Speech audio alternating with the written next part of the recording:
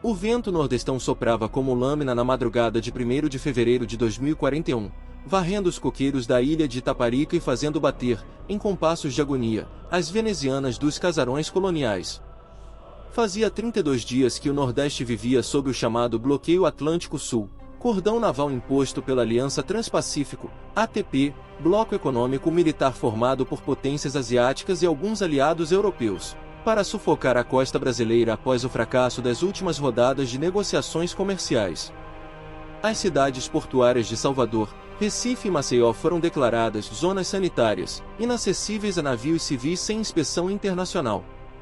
Na prática, isso significava que container algum chegava, combustível algum saía, e as linhas de alta tensão que ligavam o semiárido ao sul, já combalidas por décadas de subinvestimento, trabalhavam no limite. As 4 termoelétricas do Recôncavo operavam com 27% da capacidade, o suficiente para manter hospitais, mas não geladeiras nem padarias. Nos bairros mais altos do subúrbio ferroviário de Salvador, a luz falhava às 5 da tarde e só voltava, quando voltava, depois das 2 da manhã. Na Ponta de Areia, que servia de abrigo para traineiras antigas e cargueiros miúdos, um grupo de homens e mulheres teimava em lutar contra esse destino de trevas. O líder, embora não gostasse do título, era o capitão Antônio Tonho Soares Mendonça, pescador nascido em Maragogipe, mãos calejadas, pele curtida de sol e sal, o olhar sempre apertado como quem procura cardume em mar bravo. Carregava no coração um passado de repescagem de navios afundados na Baía de Todos os Santos, tinha experiência em costurar casco furado com placa de geladeira velha e esperança. Sua nave-mãe era Maria dos Anjos, arrastão de 1993, casco remendado 20 vezes e um motor Caterpillar que rodava há uma década com diesel filtrado de posto clandestino. Ao lado dela tracavam o Santa Dulce, o Lampião Guerreiro, o Curió do Mar e 2 canoas motor adaptadas, todo mundo parente próximo da ferrugem, mas com alma mais teimosa que maré de Cisígia. Tonho tinha pressa. Em Aracaju, enclave quase isolado depois do rompimento do viaduto sobre o Vaza Barris, moravam a esposa Rita e o filho Benjamin, de 11 anos. Nos últimos áudios de onda curtíssima que chegavam, ela contava que o gerador da pequena UTI do hospital de cirurgia estava a gasolina e o estoque acabava. As mensagens vinham acompanhadas de soluços escondidos entre estática. Tonho respondia com as 2 únicas palavras que lhe restavam: "Tô indo." Cais da resistência. Sob lampiões a querosene, os motores da flotilha engasgavam com um biodiesel improvisado, óleo de dendê reciclado, álcool de cana e restos de óleo lubrificante. Zé da Laje, mecânico baixinho de dentes dourados, batia no bloco como quem acorda mula teimosa. Essa velharia pinga força, capitão. Mas se passar de 1.700 rotações por minuto, derrete biela. Tonho só meneou a cabeça. O mar não mede cavalo-vapor, mede coragem. A bordo, a engenheira Marina Sampaio, ex-aluna da UFBA que abandonou o mestrado em energias renováveis para juntar-se à frota, instalava no tombadilho uma antena de frequência subquilométrica feita com cobre retirado de fios de poste. Prometia enviar balizas a cada 5 minutos, usando banda ainda não saturada pelos drones da ATP. Quando o relógio do casario antigo marcou meia-noite, 23 tripulantes, pescadores, 2 professoras de física, 3 estudantes de oceanografia da UESC e até um ex-sargento do Corpo de Bombeiros, alinharam-se na plataforma de embarque improvisada. O ar cheirava a sal, óleo queimado e uma pitada de dendê. Tonho falou sem microfone, a voz rouca percorreu madeira e expectativa. A gente não tá aqui para virar herói de documentário. Estamos para levar remédio, milho e esperança para quem tá do outro lado desse cerco. O mar vai cuspir na nossa cara, e o inimigo vai querer nosso casco perfurado. Quem não tiver estômago, é agora ou nunca. Ninguém recuou. O silêncio pesado se rasgou quando Dona Damiana, rezadeira de Itaparica, ergueu um bule enferrujado, encheu copinhos com café ralo e distribuiu, gole amargo, bênção rápida. Tonho ergueu o seu, brindou e virou de uma vez. Na sequência, Felipe Picolé Almeida, velho proprietário de ambulante que virara cozinheiro do Lampião Guerreiro, acionou a cornetona a vapor. O ronco grave virou senha. As amarras se soltaram como serpentes libertas. Hélices remexeram o lodo, e os cascos pesados deslizaram rumo à escuridão entre as luzes mortas da baía. Primeira travessia. O plano era audacioso: cruzar o Atlântico interno até o arquipélago de Abrolhos, onde a Marinha Brasileira batera em retirada após sanções. De lá, contornar o cerco usando um corredor de águas rasas que só pescador de coral conhece. Depois, aproveitar corrente de retorno em Cabo de São Tomé e atacar a costa sergipana pelo sul, onde a vigilância dos destroyers era mais espaçada. Mas a primeira ameaça veio do ar. A ATP patrulhava com drones Fênix N, pequenos como garças brancas, equipados com câmeras hiperespectrais e micromísseis capazes de transformar tábua em farofa. Para confundir esses olhos mecânicos, Marina liberava a cada meia hora mini-balões de festa cheios de hidrogênio e lâminas de alumínio, refletores improvisados. No radar, virava um bando caótico de alvos. Perto das 2 da manhã, mar aberto ainda tentando se entender com a lua, Joel Peixoto Rodrigues, timoneiro do Santa Dulce, perdeu o equilíbrio quando uma onda traiçoeira quebrou na amurada. Caiu na água. Tonho berrou o homem ao mar. Procedimento mandava a boia luminosa, mas acender qualquer coisa era a denúncia certa. Marina, então, puxou o gatilho do EMP caseiro, condensadores de micro-ondas roubados e bobinas de alto-falante.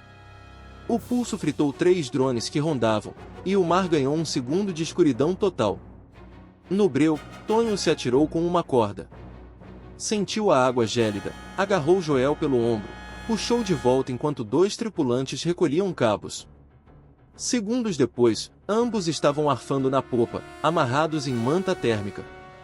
Nenhum drone à vista, a maioria ainda tonta com a surra eletromagnética. A muralha de águas vivas. Às 3h40, a flotilha penetrou parte do mar onde correntes quentes do Espírito Santo encontram redemoinhos gelados que descem de Recife. Resultado: um tapete de águas vivas caravelas, mortais ao toque. O radar verde antigo marcava blips dispersos, mas Tonho preferia o faro, cheiro forte de ozônio e vinagre, sinal de que as caravelas queimavam peixaria à flor d'água. Motor no mínimo e vela de nylon ordenou. As embarcações passaram deslizando. Tentáculos roxos batiam com estalos de chicote na madeira. Bia Castro, estudante de oceanografia, media a temperatura da superfície, 28,9 graus, perfeito para caravelas. No convés, todo mundo cobria braços com sacos de ráfia, um esbarrão podia significar parada cardíaca. Quando o mar pareceu abrir-se, na verdade se fechou, surgiu a cortina de plasma Iemanjá, experimento da ATP que ionizava o ar entre 2 boias-torre, criando um muro visível apenas como aurora verde-água. Bastava tocar e todos os sistemas eletrônicos morriam. Marina franziu o senho. Se entrar, bússola gira, GPS frita. Tonho sacou um astrolábio enferrujado que fora de seu avô, ex-navegador de Saveiro. Mirou a estrela de Canopus, visível por refração maluca na atmosfera quente. Traçou rumo manual, 61 graus nordeste. Ordenou desligar tudo que fosse digital. Durante 15 segundos, a flotilha atravessou o plasma e sentiu o casco vibrar como corda de violão. Do outro lado, paz muda, só o rangido do mastro. Mas o curió do mar pagou preço, alternador queimou, luzes se apagaram. Para não virar âncora, o lampião guerreiro lançou o cabo e puxou. Emboscada ruta-mar. Às 4 em ponto, sonar passivo captou motor de corveta classe Oculto, deslocando 25 nós. A embarcação exibiria bandeira branca de inspeção sanitária, mas a prática do mar dizia, se alcançasse os travelers, apreensão sumária. Marina calculou, 12 minutos para contato visual. Tonho lembrou das 2 minas de fundo que comprará de sucata da própria Marinha, apelidadas Vitória Regia. Despachou as canoas motor, Josa Catolé e Naná Dias avançaram remando escondidos pela sombra da lua. Chegaram à derrota da corveta, armado temporizador. As minas afundaram silenciosas. 12 minutos depois, subiram à profundidade alvo. O sonar da corveta tilintou, desarmou hélices, e a embarcação reduziu pela metade para investigar a anomalia. A flotilha, então, acelerou com todo o etanol que restava. Quando a corveta entendeu o truque, os arrastões já eram pontos turvos correndo para Abrolhos. O primeiro raio de sol rompeu as nuvens chumbo às 5h17, pintando o oceano de laranja sujo. Entre a luz nascente e o clarão, as velas improvisadas das traineiras pareciam bandeiras de festa junina. Tonho deixou cair o queixo por 3 segundos, o suficiente para sentir cheiro de vitória sem se distrair. Na morada, Rita de Aracaju aparecia em mensagem curta na telinha analógica. Benjamin sorriu. Mas as luzes piscam. Precisamos de vocês. O capitão fechou o punho, encarou o leste onde distantes turbinas da ATP se perfilavam, e jurou que chegaria antes que a noite engolisse de vez o Sergipe. O Atlântico respirava em ondas longas, calmas, como se conspirasse junto. Lá embaixo, nas profundezas, caravelas se dispersavam, nos céus, drones avariados caiam feito pássaros bêbados. E na proa, alinhados, 30 rostos marcados de sal sabiam que aquele era só o primeiro dos muitos portais que teriam de arrombar. A penumbra ainda dominava o estuário do rio Sergipe quando a flotilha de cascos remendados rasgou, em silêncio, a lâmina d'água escura. O relógio marcava 4h37 do dia 3 de fevereiro de 2041, hora em que só o canto do carcará espanta o sono dos pescadores. À frente, iluminada por poucas lâmpadas de emergência, surgia a silhueta da orla de Atalaia, agora sem a festa turística de outrora, bares fechados, placas de sem energia e um cheiro estranho de diesel azedo misturado à maresia. Tonho abaixou os binóculos. Velocidade mínima, timão firme. Se o farol da barra brilhar, a ATP já montou o guarda-costas por aqui. O farol permaneceu às escuras, sinal de que os drones de inspeção não estavam na área imediata.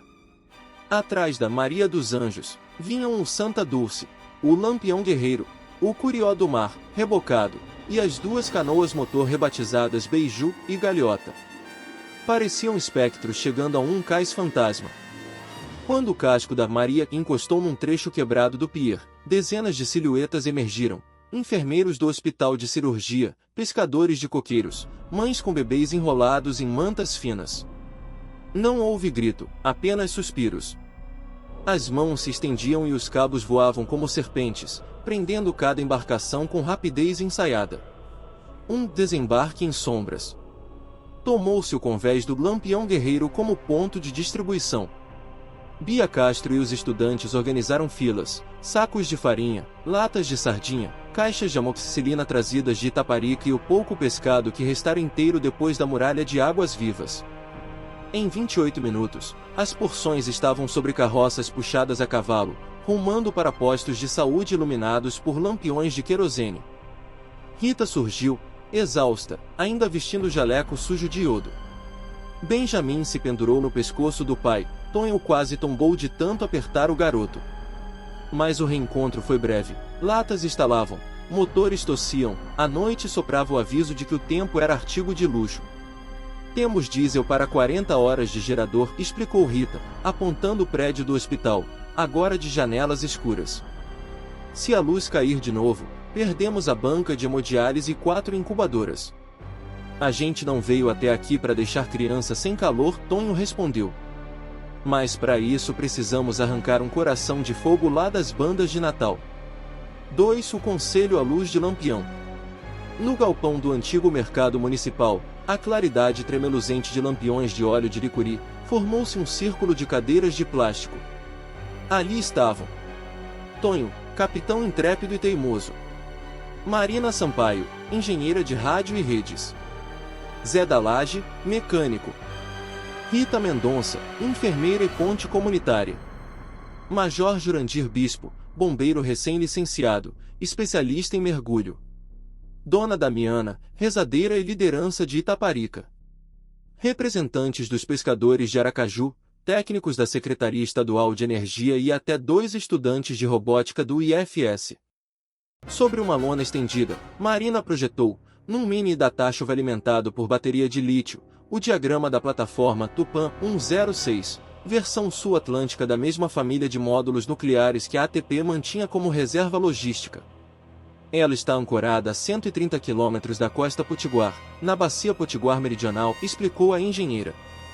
Capacidade, 3 MW líquidos, ciclo de sal fundida. Se a gente suprimir o lastro e soltar os ganchos, Vira um megagerador flutuante, energia para todo o Nordeste setentrional por 2 anos, fácil. Major Jurandir ergueu a mão. Plataforma militarizada, certo? Guardas privados da Aegis Ásia, 2 drones de patrulha, uma corveta de escolta que faz ronda de 6 em 6 horas. Exato. Nosso furo é a janela do Galo de Campina, troca de turno às 2h15, quando o mar rebate sinal de radar na Costa Branca e eles ficam cegos por 8 minutos, completou Marina. Rita mostrava desenhos de crianças pedindo luz, colados num álbum. O silencioso girar das páginas falava mais que qualquer dado técnico. Se arrancarmos esse coração, disse, teremos de estabilizar rápido na costa. O reactor precisa de sistema de resfriamento secundário. Construímos um berço de concreto leve aqui no porto, mas faltam peças. Tião Borracha, sucateiro, levantou-se. No estaleiro da Codevaz há container de fibra pronta. Se guincharmos, vira bacia de resfriamento. 3. Combustível de cana e dendê. Faltava energia para motores e para as bombas que arrastarão o colosso. A resposta veio das ruas. Em Muribeca, destilarias familiares começaram a cozinhar eticana, etanol turbinado com melaço de cana, talo de mandioca e resíduo de biodiesel de dendê. O líquido saía vermelho escuro, cheiroso a rapadura, após 3 filtrações improvisadas em filtros de papelão impregnados de carvão ativado, virava combustível de 88 octanas. Zé da Laje adaptou bombas injetoras, trocou juntas por cortiça de pneu, afinou bicos, regulou o avanço de ignição na mesma chave inglesa que herdara do avô. O rugido resultante soou como sanfona desafinada, mas nada cheirava a potência tão forte quanto aquela mistura. Os pescadores do mercado de peixe do Bugio doaram toneladas de gelo seco, descartado pela falta de venda. Triturado e misturado a sal, serviria para resfriar o vapor dos motores na fuga. 4. O caldeirão de Yansan. Na tarde do dia 5 de fevereiro, o satélite meteorológico Salmi 9 detectou uma depressão rápida sobre o oceano, fenômeno temido pelos marinheiros do Nordeste, o caldeirão de Yansan. É como se a atmosfera descesse, sugando o ar ao nível do mar e formando um funil que puxa correntes e ergue paredes de água de 8 metros. Para qualquer navio, desastre; para a flotilha, talvez impulso. Se entrarmos rasgando na borda leste do funil, pegamos corrente de retorno direto para o Rio Grande do Norte, calculou Marina. Mas quem estiver no olho, baila com o capeta. Então a gente aprende o passo, devolveu Tonho. 5. Reparos, despedidas e promessas. No cais, mulheres alinhavam marmitas fumegantes de feijão catador com carne do sol, crianças abasteciam garrafas PET com água filtrada, velhos enrolavam pedaços de rede nas toras de sinalização para reforçar defesas contra detritos. Dona Damiana passou em cada barco segurando o rosário feito de contas de ouriço do mar, não era superstição, era contrato com o infortúnio. Benjamin apareceu com um bloco na mão, desenhara a flotilha puxando um planeta-lâmpada gigante. Tonho dobrou o papel e guardou na jaqueta.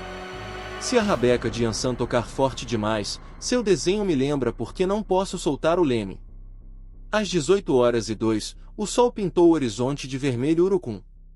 Os motores, agora alimentados por eticana, cuspiram labaredas azuis. Na praia de Atalaia, lanternas de celulares acenderam-se, centenas de pontos piscantes, como vagalumes em noite de breu. Foi o adeus silencioso, nem gritos, nem fogos, a ATP podia ouvir. Mas em cada tela tremeluzia uma palavra escrita em caixa alta, LUZ. 6. Rumo ao funil. A flotilha zarpou em coluna. Na proa da Maria dos Anjos tremulava uma vela patchwork costurada com bandeirinhas de São João recolhidas das ruas de Aracaju. Zé da Laje batizou a manobra.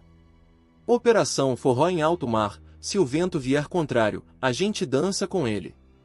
0h11, o vento norte passou a soprar quente, trazendo cheiro de algas e fumaça de cana queimada. A bússola apontava rumos nervosos, pressão barométrica despencava, o caldeirão estava aberto. Tonho ordenou. Amarras duplas, equipamentos presos, oração curta. Quem não sabe rezar, que amaldiçoe baixo. 1h03 a parede de água surgiu no radar como semicírculo de ecos altos. O mar, que antes balançava em marolas, formou vales profundos e montanhas líquidas. Atrás, uma lua quase cheia salpicava reflexos prateados no pico dos vagalhões. Na primeira crista, o casco do Lampião Guerreiro gemeu, sua quilha bateu no vazio de 7 metros antes de mergulhar num poço escuro. No convés, Bia escorregou, mas Major Jurandir agarrou-a pelo macacão. 2 motores afogaram. Marina religou alternadores gritando instruções sem microfone, pois o ar fazia chiadeira nos alto-falantes. Quando tudo parecia quebrar, veio um silêncio esquisito, o olho da depressão. As velas caíram. O vento recuou como se puxassem um lençol. Ali, estendeu-se o corredor de água lisa, a língua que os antigos chamavam Estrada de Jaci. Tonho apontou a proa da Maria e deu máxima potência, Eticana ardeu, e o arrastão deslizou a 8 nós, puxando-as demais como grãos num colar. 7 fantasmas de ferro minas à deriva. Sob a calmaria fantasma, o sonar da Santa Dulce começou a pipocar sinais metálicos, cascos de minas antissubmarino da década de 1950, relictos da Guerra Fria que os turbilhões arrancaram do fundo. Eram esferas enferrujadas, mas ainda cheias de explosivo, boiavam como cabeças de serpente. Marina saltou para o casco com vara de bambu e sinalizador fosforescente, marcava cada mina enquanto Bia enviava coordenadas a Tonho, que puxava o leme, costurando entre os demônios oxidados. 2 minas tocaram a proa do Curió do Mar, mas a inércia era tão lenta que não detonaram, benzidas por algum santo descuidado dos pescadores. 8 A janela do Galo de Campina. 2h07 alcançaram o ponto Pipa Néctar, referência na carta de Marina. Ali, a janela do Galo de Campina se abriria 8 minutos depois. Vinham então as boias de rádio passivo da ATP, capazes de alertar a corveta da escolta. Uma única transmissão em banda errada levantaria sirenes até no Cabo Verde. Sem rádio, sem LED, sem tossir, cochichou Tonho no canal interno. 2h15, as boias entraram no cone mudo do radar. A vista era mar negro, céu negro, somente o respingar rítmico dos motores de Eticana. O coração da tripulação batia tão alto que, se existisse sonar de ansiedade, já tinham sido entregues. Passou, sussurrou Marina às 2h23, quando o sinal de eco voltou a crescer. Todos exalaram o ar preso fazia minutos. 9 Encontro com o Titã radioativo. Às 3h40, despontou a estrutura ciclópica da Tupã 106. 7 anéis de concreto e aço, cúpula translúcida selada por resina amarela, luzes de manutenção piscando intermitentes. Dava a impressão de ovo pré-histórico boiando numa sopa noturna.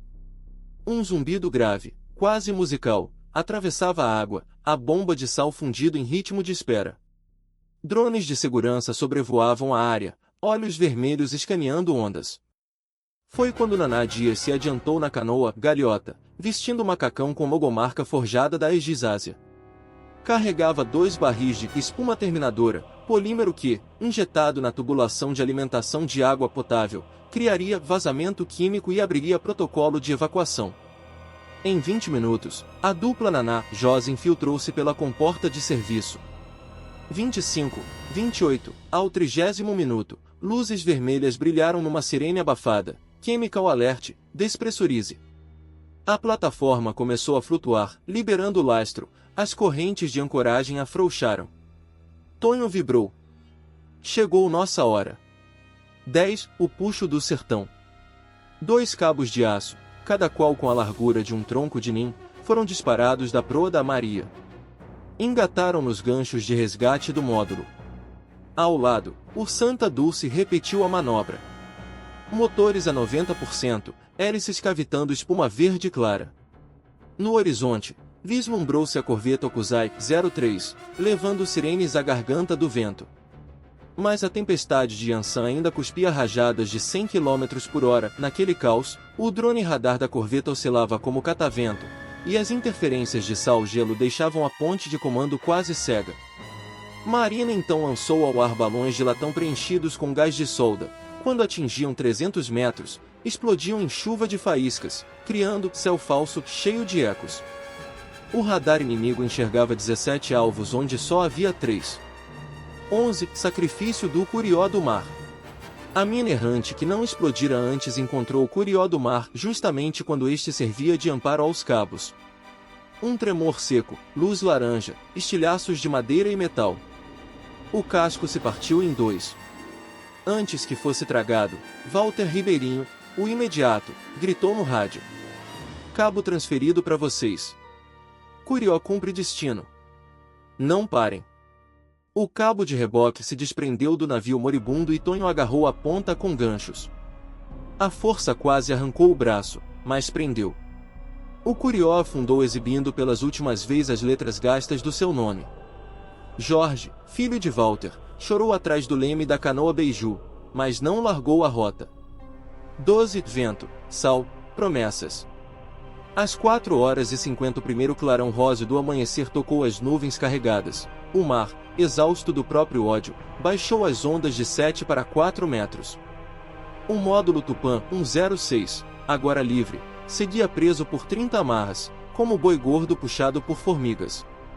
Na praia deserta de Pirambu, voluntários já cavavam vala para receber água de resfriamento.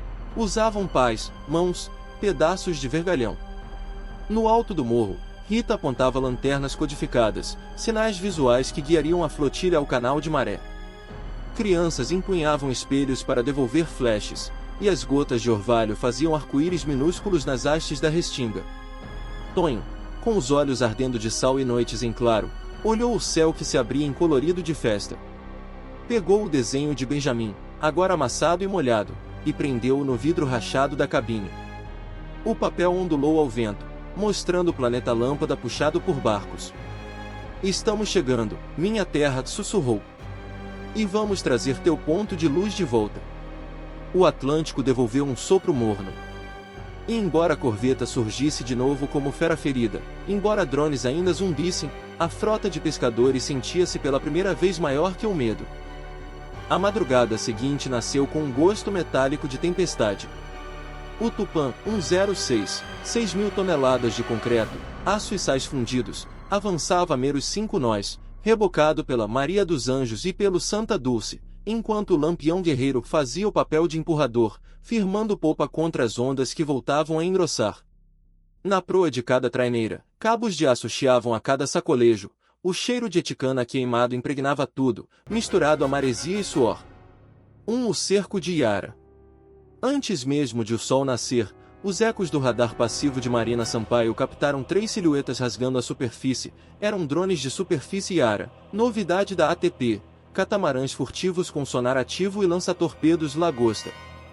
Não traziam explosivo de alto impacto, temiam vazar radiação se acertassem o núcleo, mas carregavam micro-torpedos cinéticos, ideais para romper cabos de reboque. Vem pelo través de leste, velocidade 18 nós, anunciou Marina, o fone colado à orelha. Tonho fez o que sabia, improviso. Mandou Estrela e Naná dispararem 3 balões lençol de gás de solda, já equipados com pó de magnésio. Subiram 100 metros e explodiram, criando um falso nascer do sol de faíscas que saturou câmeras térmicas. Mas os Iara não dependiam apenas de visão, rastreavam turbulência de hélice. A tática então recaiu sobre o Lampião Guerreiros. Zé da Laje destravou a válvula de escape de óleo vegetal. Um jato espesso formou o tapete gorduroso atrás do módulo. Os drones, ao atravessar aquela sopa, entupiram entradas de refrigeração. 2 pararam, tossindo espuma branca. O terceiro acelerou, furioso, e lançou um micro-torpedo. O projétil zuniu, fez curva e mordeu o cabo lateral do Santa Dulce. O aço partiu-se num estalo. O barco girou violentamente, marinheiros rolaram no convés. Joel Peixoto reagiu rápido, engatou o gancho pirata, um arranjo de ferros velhos soldados, e jogou sobre o cabo arrebentado. Centelhas voaram, mas o laço improvisado segurou. Lá adiante, o drone restante tentava novo ataque, quando Bia Castro mirou o canhão de ar comprimido, feito de tubo PVC, e disparou projétil de gelo seco com sal grosso. A mistura entrou pelo duto de ar do Iara, causou choque térmico e travou circuitos. O catamarã invadiu onda e virou. 2. O tapete de Oxum. O céu guardava outra ameaça, ciclone tropical Joqué, que se formara nas últimas 24 horas e agora avançava rumo à foz do São Francisco. Afundar com o reator seria catástrofe dupla. Mas a meteorologista voluntária, Clarice Porto, professora de geografia em Itabaiana, trouxe notícia inesperada: entre o ciclone e o litoral, criará-se corredor de alta pressão que empurrava correntes na direção exata de Pirambu. Chamou, cheia de fé, de tapete de Oxum, caminho de águas tranquilas entre dois furacões. Tonho conferiu barômetros. O ponteiro se ergueu timidamente. Decidiu arriscar, alterou rota 10 graus para dentro da faixa, mesmo sabendo que, se o corredor colapsasse, o Tupã 106 e todos eles seriam devorados por ondas de 10 metros. 3. Traição no convés. Enquanto a flotilha deslizada na calma ilusória do tapete, Major Jurandir encontrou algo estranho: uma microbaliza presa ao casario da Maria dos Anjos, etiqueta reluzente do tamanho de selo. Marina analisou e empalideceu. Era a tag de rastreio da Aegis Ásia, provavelmente colada quando invadiram a plataforma. Quem? Como? O círculo se dividiu entre desconfiança e pânico. Bastava a corveta Okuzai 03 captar o sinal para travar míssil guiado de baixa penetração. Tonho agarrou o ponto refletivo com faca de pesca, jogou num balde de aço e cobriu com pasta de limalha magnética. Mas precisava ganhar minutos. Ordenou que Josa Catolé se voluntariasse, pegou a canoa, beijou, prendeu a baliza ao casco e disparou mar adentro, rumo oposto. Lá, acenderia um flare e se deixaria perseguir. Catolé riu. Meu pai dizia que quem guia boi antes de boiada não perde o couro. Canoazinha deslizou, deixando rastro de luz fosforescente. 30 minutos depois, o radar da corveta mudou de rota, caçava fantasma. 4. O estuário da fumaça. Nas primeiras luzes do amanhecer, as dunas amarelas de Pirambu surgiram, ainda encharcadas de chuva recente. No cais improvisado com estacas de eucalipto, voluntários agitavam bandeiras de saco de farinha. O berço de resfriamento, tanque oval de concreto leve reforçado com fibra de cocô, brilhava molhado, pronto para receber o monstro. O problema era a barra rasa do rio Japaratuba, entupida de areia após o último vendaval. A maré alta só cobriria os bancos dali a 70 minutos. Não havia como esperar, combustível quase no fim, drones possivelmente a caminho, vento incrementando. Marina gritou da proa. Plano cangaceiro, empuxo forçado. Zé da Laje, então, ligou os sprays instalados na véspera. Jatos de ar comprimido captavam vapor de água extirpado dos radiadores e lançavam-no sob o módulo como uma almofada líquida. Ao mesmo tempo, o Lampião Guerreiro deu toda a rotação, gerando turbilhão que cavava sulco temporário na areia. As hélices gemiam, cabos pareciam arames prestes a romper. Mas aos poucos o Tupã 106 surfou aquela almofada e deslizou sobre o banco, raspando como baleia em Recife. Logo encostou na borda do berço. 1, 2, 3 sirenes de guindaste manual, correntes de retenção caíram, travas de concreto se fecharam, e o reator finalmente repousou, arfante, em solo sergipano. 5. Corrida contra o vapor. Tinha-se 90 minutos antes que o núcleo aquecido rachasse o revestimento por falta de circuitos secundários. Rita coordenava as equipes de resfriamento. Bombas de cisterna sugavam água salobra, passavam por trocadores improvisados, radiadores de ônibus escolar, e despejavam em serpentinas soldadas ao container de fibra. Vazavam por todos os lados. Foi quando Tomás Gaetan percebeu, uma junta da válvula-mãe estourara durante a travessia. Se não fosse selada, vapor de sais a 500 graus Celsius fugiria. Ele mesmo se atirou no poço técnico, abotoado em macacão aluminizado. Usou chave de boca, massa epóxi, pressão de corpo contra metal fervente. A manga derreteu, a pele do braço direito assou.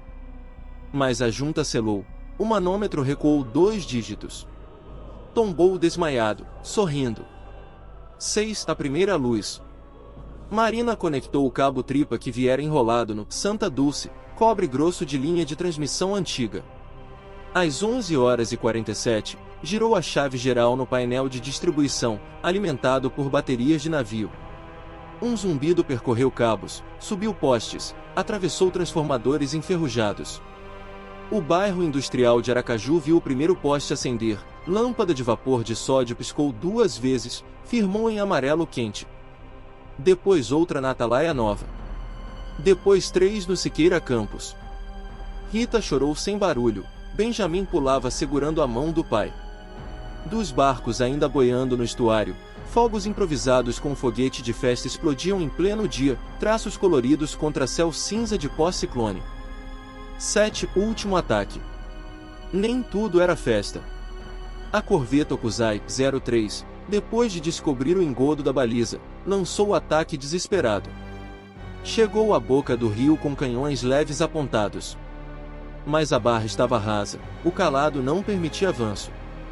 Tripulantes ainda tentaram lançar drones Falcão, foram abatidos por rajada de ventos de Joqué. Foi quando Dona Damiana reuniu mulheres e crianças na beira da praia, todas vestidas de branco, cantando o ponto de Oxum em Iorubá. As vozes ecoaram pelo mangue, misturadas ao zumbido do gerador nuclear. A corveta, sem alvo, recuou. Na torre de comando, imagens de satélite mostravam metade de Sergipe iluminada. A aliança optou por nota diplomática em vez de míssil. 8 sementes de sol. 3 dias depois, 62% da carga elétrica da capital estava no fio. Usinas de gelo, padarias, 15 escolas e 2 hospitais funcionavam dia e noite.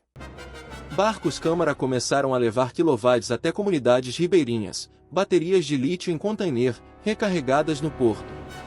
Tonho, com um braço de Tomás engessado ao lado, visitava cada barracão de transformador, conferindo solda, alinhando o tensionamento. À noite, debruçava-se na morada da Maria, agora atracada para sempre, vendo as luzes da cidade espalharem-se como colar de contas. Rita aproximou-se. Você devolveu o coração. Agora ele bate por conta própria. Vamos descansar? Ele sorriu cansado. Oxum abriu o tapete, mas Yansan gosta de teste. Ainda temos praias escuras em Alagoas e sertões sem água bombeada. Enquanto houver fio por esticar, a gente navega. No alto do mastro envergam bandeiras costuradas pelas crianças, um sol amarelo abraçado por ondas azuis. Marina batizou o conjunto de rede Quinto Sol, energia comunitária, aberta, com código-fonte distribuído em pendrives para qualquer vila que quisesse se ligar. As rádios livres tocavam agora um forró novo, composto por músicos de filarmônica sem luz que retomaram instrumentos. Letra falava de roubar fogo e repartir, de pescar claridade, de lampião de mar aceso na noite do sertão. Tonho, ouvindo, guardou o desenho amassado de Benjamin dentro do manual do reator, como assinatura de quem lembra por que sangrou. Olhou o céu limpo e prometeu a si mesmo, enquanto a lâmpada do Atlântico Sul depender de coragem, os velhos navios de madeira continuarão a navegar. A madrugada de 7 de março começou com uma quietude enganosa no litoral sergipano. Quem olhasse da plataforma Tupã 106 para o horizonte veria, à primeira vista, apenas a mancha escura do Atlântico costurado pela luz nova dos postes de Pirambu. Mas, nos bastidores, o Nordeste vivia dias de nervos à flor da pele. Em Brasília, diplomatas corriam para consolidar a zona de energia humanitária do Atlântico Sul, enquanto a Aliança Transpacífico disparava notas de protesto, chamando a operação brasileira de pirataria nuclear de alto risco. Dentro dessa tensão maior, a população se movia. Linhas de transmissão improvisadas esticavam-se de poste em poste, de Propriá a Penedo, de Estância Paulo Afonso, fios de alumínio reciclado tremulavam no vento seco da Caatinga, levando eletricidade onde antes só havia velas de sebo. E cada metro novo de cabo significava mais um motivo para a ATP impedir, a qualquer custo, que o coração roubado continuasse pulsando. O contra-ataque da Aliança. Às 3h11 daquele mesmo 7 de março, drones espiões Kitsune penetraram a coluna de nuvens sobre o litoral. Pequenos, silenciosos, revestidos de polímero radar absorvente, carregavam cápsulas com pó de boro. O plano era dispersar o elemento sobre a bacia de resfriamento da plataforma, envenenando a reação de nêutrons e forçando o desligamento de emergência. Se não desse certo, a contaminação criaria pânico e justificaria intervenção para fins de descontaminação internacional.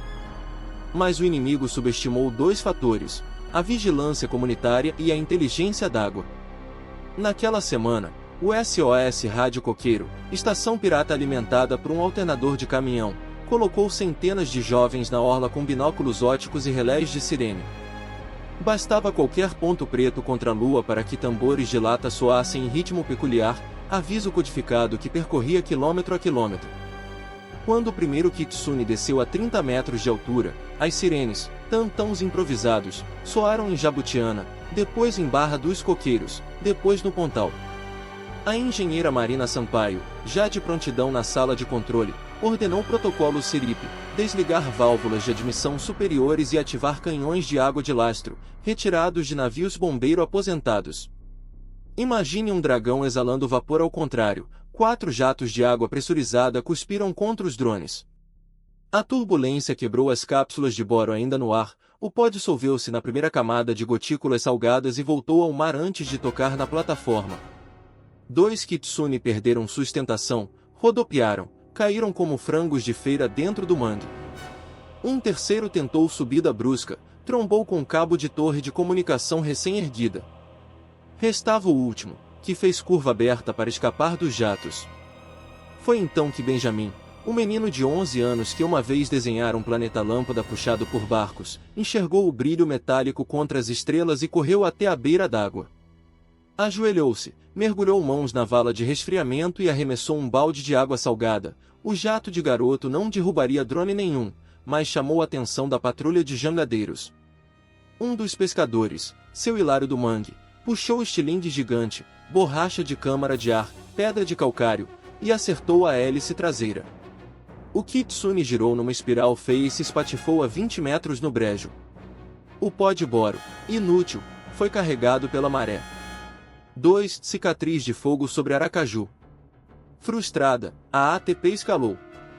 Na madrugada de 8 de março, o satélite militar Áquila 11 ajustou órbita e liberou um míssil supersônico Javelin Blue de interceptação marítima, alvo programado, a linha principal de transmissão recém-instalada entre Pirambu e Aracaju.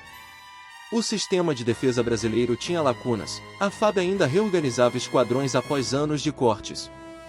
Por sorte, ou providência, o pescador Zé Bigode, em ronda de camarão, avistou o rastro luminoso cortando as nuvens. A lancha Rabo de Saia transmitiu sinal em VHF aberto, repetido pela torre de rádio comunitária. Tonho recebeu o aviso enquanto conferia vazão na sala de bombas. Se aquele bicho atingir o cabo, voltamos pro escuro, gritou Marina, ajustando a antena. Não havia míssil terra-ar disponível. Mas havia o anel de ferrite, equipamento que Rocio Galvão improvisara, conjunto de cabos grossos formando bobina em volta da linha, capaz de gerar pulso eletromagnético direcional quando conectado a banco de capacitores da plataforma. A ideia era criar muro de interferência para desorientar sensor de guiagem. Tonho hesitou. Soltar pulso forte poderia desregular transformadores e queimar pequenos aparelhos nas casas. Mas sem linha de energia, não haveria nem casas acesas. Manda o pulso, ora! Berrou Zé da Laje. Marina fechou o disjuntor. Um trovão sem som percorreu 15 quilômetros de fio. Lâmpadas domésticas piscaram, rádios chiavam. O Javelin Blue, a Mach 5, perdeu referência, desviou 3 graus e explodiu sobre o oceano, levantando coluna de água de 50 metros. Peixes voaram como confete mortífero. A onda de choque alcançou praia deserta, quebrando janelas, mas o cabo principal continuou íntegro, apenas chamuscado. 3. O forno de Lampião. Dias depois, o Nordeste descobriu que escasseava combustível para continuar suprindo as bombas secundárias do Tupã 106. O etanol de cana secava, o dendê da Bahia, redirecionado para cozinhas populares. Foi então que a comunidade de Nossa Senhora do Socorro, periferia de Aracaju, apresentou a invenção curiosa, o forno de Lampião, uma retorta feita com tambores de óleo empilhados que transformava a casca de cocô babaçu em bio-óleo pirolítico. Sucessivas destilações geravam líquido escuro, rico em fenol, que podia ser misturado ao etanol e elevar poder calorífico. Jurandir Bispo testou no gerador de apoio. O motor tossiu, cuspiu fumaça cheirando a melaço queimado, mas girou com torque extra. Marina, entre incrédula e fascinada, adotou o plano. Logo, carroças chegavam todo dia à base com sacos de babaçu triturado, vindos do Agreste. Era o sertão alimentando reator nuclear, paradoxo que viraria manchete internacional. 4. A Marcha da Ilha do Ferro. Enquanto Sergipe iluminava-se, comunidades ribeirinhas do Velho Chico clamavam por energia. A junta comunitária decidiu mover 1/3 da produção elétrica para Penedo e Pão de Açúcar, onde as bombas do projeto Xingó já eram paradas havia anos. Montar transmissão aérea seria alvo fácil. Optaram então pelo cabo fluvial submerso, seguindo o leito do São Francisco. A operação, batizada Marcha da Ilha do Ferro em homenagem à comunidade de artesãos, envolvia 120 voluntários, 5 balsas de casco chato e um carretel gigante com 28 quilômetros de cabo naval recuperado do porto de Suape. À frente da frota, Tonho comandava a balsa Padim Cisso, remendada com placas de carroceria de ônibus. No caminho, passaram por trechos tomados por gangues de saqueadores de cobre. Houve emboscada na curva de Traipu, tiros ecoaram da mata, perfurando lataria. Dona Damiana ergueu o terço e puxou ladainha enquanto o Major Jurandir, de escudo improvisado, mirava canhão de água pressurizada na vegetação. A rajada surpreendeu os assaltantes, arma de feijão contra pólvora. 5 minutos de tensão e eles recuaram. Ninguém ferido, cabo intacto. No fim do 8º dia de arraste, o cabo tocou o cais de Pão de Açúcar. Crianças sem camisa, pés rachados de terra quente, berravam o fio. O fio chegou. Quando a chave geral foi girada, 2 bombas antigas de irrigação tossiram, arrumaram fôlego e cuspiram água sobre terrenos áridos, primeiro jato em anos. O riacho temporário virou espelho prateado sob o luar. Mulheres ajoelharam, lavaram o rosto, agradeceram ao santo que lhes convém. 5. O Carnaval do Quinto Sol. Chegou então março fim, apesar de protestos internacionais, o Nordeste decidiu celebrar. Como festa não cabe em decreto, nasceu o Carnaval do Quinto Sol. Não havia carros alegóricos de luxo, mas caminhões pau de arara pintados com tinta de cal e corante de beterraba. Não havia megatrio, mas caixas de som recicladas e um DJ alimentado por bicicleta. Em Aracaju, o cortejo partiu da colina do Santo Antônio, desceu a ladeira da Catedral e entrou na Avenida Ivo do Prado. Na linha de frente, a ala Lampião inverte luz, pescadores de Itaparica vestiam macacões amarelos, segurando réplicas de lampiões acesos com LED. Atrás, a bateria Babaçu, instrumento feito de latões de óleo batucados por crianças de propriar, ritmo meio maracatu, meio samba reggae, meio chachado veloz. Rita, de abadá improvisado, distribuía garrafas d'água potável que agora jorrava dos filtros movidos a reator. Benjamin e 20 colegas vendiam pirulito de luz, acrílicos com ligas eletroluminescentes alimentados por supercapacitores de sucata. Toda vez que alguém mordia o pirulito, acendia-se um neon arco-íris dentro do doce. À noite, em telão de lençol branco tensionado entre postes, projetaram-se imagens da travessia, a muralha de águas vivas, a cortina de plasma Iemanjá, o caldeirão de Yansan. O povo reagia com "oh" e vixe a cada explosão de drone ou desvio de míssil. Quando apareceu o curió do mar afundando, toda a avenida silenciou, depois, aplauso demorado, homenagem ao navio mártir. 6. Negociação no Planalto de Vidro. No falar diplomático, o carnaval foi manifestação espontânea de apoio popular, mas, na Realpolitik, foi tsunami de opinião que Brasília usou na mesa de negociação. Em reunião extraordinária da Organização Pan-Atlântica, o Itamaraty propôs o Acordo de Recôncavo. O Brasil manteria o Tupã 106 sob inspeção conjunta de cientistas latino-americanos e asiáticos neutros.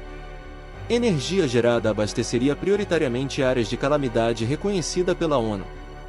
Em troca, a ATP levantaria cerco naval gradualmente, permitindo o corredor humanitário supervisionado. Japão e Coreia do Sul, sob pressão pública, aceitaram intermediar protocolo de segurança.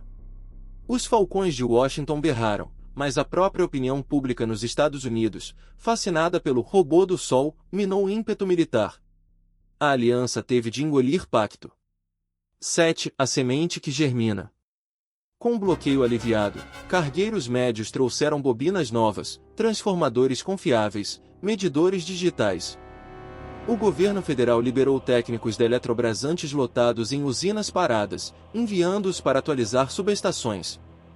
Em contrapartida, a Rede Quinto Sol manteve filosofia comunitária. Cada vila beneficiada treinava 2 pessoas locais para manutenção, nada de dependência total. Na margem do São Francisco, as turbinas antigas de Paulo Afonso giraram de novo, desta vez como geradores auxiliares, alimentados pelo próprio Tupã, energia para erguer irrigação noturna. Plantaram-se feijões, alfaces, tomates. Em 2 meses, primeiros hortelões vendiam maços frescos em feira que antes só tinha farinha e farinha. 8. Novo teste. A seca do Curimataú. Em abril, veio a notícia alarmante. Poços do Curimataú paraibano estavam a um fio de secar, sem bombeamento, populações inteiras migrariam.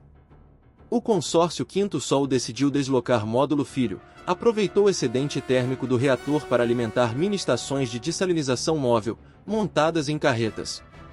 Caravanas atravessaram 300 quilômetros de estrada esburacada, escoltadas por motociclistas do movimento de agricultores. Quando chegaram à cidade de Cuité, jorraram 4.000 litros por hora de água dessalinizada, suficientes para beber, cozinhar e iniciar viveiro de mudas de umbuzeiro. O milagre de Cuité correu rádios, gente vinha de jumento em romaria para pegar lata de água. O reator, longe de esgotar, operava a 72% da potência, ainda sobrava. 9. Visita inesperada.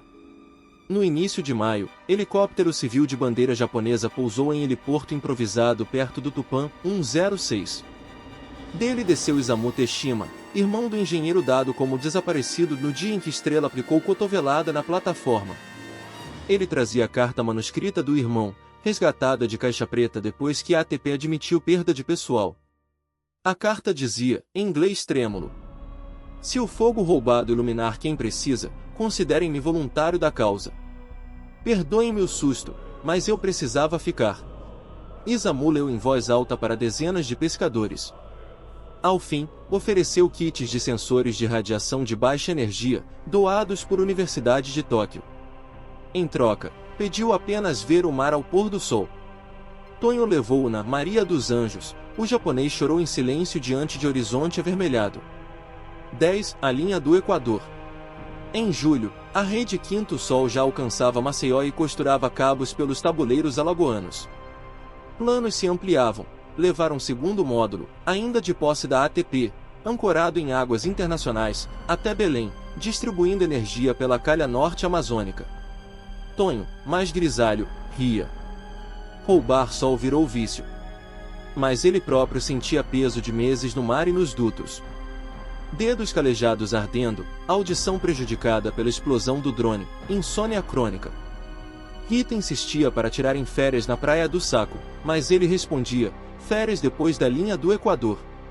Na noite de 1º de agosto, a Assembleia Comunitária no Pier de Pirambu decidiu, sim, organizaria uma expedição Solimões. A bordo, iriam os veteranos, Estrela, Naná, Bia, e jovens formados nos cursos técnicos que surgiram à luz do reator. O plano: aproveitar a abertura diplomática para escoltar módulo pelo Atlântico Norte, transitar canal amazônico e plantar luz onde motor a diesel virou luxo. 11. O legado. Ali, no palco de tábuas tortas, Tonho subiu. O vento bagunçava cabelos e o cheiro do mar lembrava batalhas. Levou à boca o microfone, alimentado, ironicamente, pela mesma corrente que um dia correu perigo de apagar, e falou. Quando a gente zarpou de Itaparica, a Baía de Todos os Santos estava anoitecendo cedo demais. Aprendemos que escuridão é dívida, não destino. Pagamos parte dela com madeira velha, coragem e ideia simples, luz tem que ser de todos. Hoje Sergipe brilha, e baiano, alagoano, pernambucano já enxerga um jeito de fazer o mesmo. Amanhã, a Amazônia vai parir claridade própria. Quem ficou no mar, quem caiu, quem queimou a mão na junta do vapor, que saiba, cada foco aceso traz o rosto de vocês. Silêncio profundo, rompido por coro de sanfonas improvisadas. Dona Damiana trouxe imagem de Oxum, banhada em neon, e ergueu sobre cabeças suadas. Marina registrava tudo em câmera movida a dínamo de bicicleta, queria deixar histórico para o tal de Netflix, se ainda existisse depois de tanta confusão. No fim, Fogos de artifício improvisados rasgaram o céu, mas o clarão mais bonito não veio de pólvora, e sim do Lampião Global, nome dado ao farol da plataforma, agora pintado de amarelo-ouro. Acima dele, as constelações pareciam pálidas, afinal, os pescadores do quinto sol tinham roubado pedacinho de cada. 12. Epílogo. Ondas que não cessam. Meses se passaram. O restante do bloqueio se desfez em acordos, lentamente, mas o Atlântico guardou cicatrizes. Ainda há drones rondando, satélites atentos. Porém, a cada noite, mais pontinhos iluminados surgem no mapa de calor da região, uma bomba de água em Cabaceiras do Paraguaçu, uma escola em Delmiro Gouveia, um posto de saúde no sertão do Cariri. No cais de Pirambu, a Maria dos Anjos repousa aposentada, casco cravejado de medalhas de ferrugem, transformada em museu vivo. Crianças sobem na cabine, brincam de roubar o sol, imaginam novos mundos. Tonho, agora instrutor de navegação, ensina a ler estrelas com o astrolábio do avô. Benjamin ensina a pilotar drone agrícola feito de garrafa PET. E, todas as noites, logo depois do noticiário da luz transmitido pela rádio comunitária, toca a música que nasceu nos porões de madeira. Se o mar fecha a porta, eu furo a cortina. Se a sombra é forte, minha mão ilumina. Forro de dendê, asa de avião, roubo fogo ao céu, para servir de lampião. O público canta. O Nordeste, velho de secas e novo de fio, canta junto. Não há final definitivo quando se fala de gente teimosa, há marés que vão e vêm, há tempestades, há imprevistos. Mas, no cais, a luz do Tupã, 106 pulso estável, promessa cumprida, lembrança viva de que até o mais pesado dos sóis cabe no barco de quem decide não se render.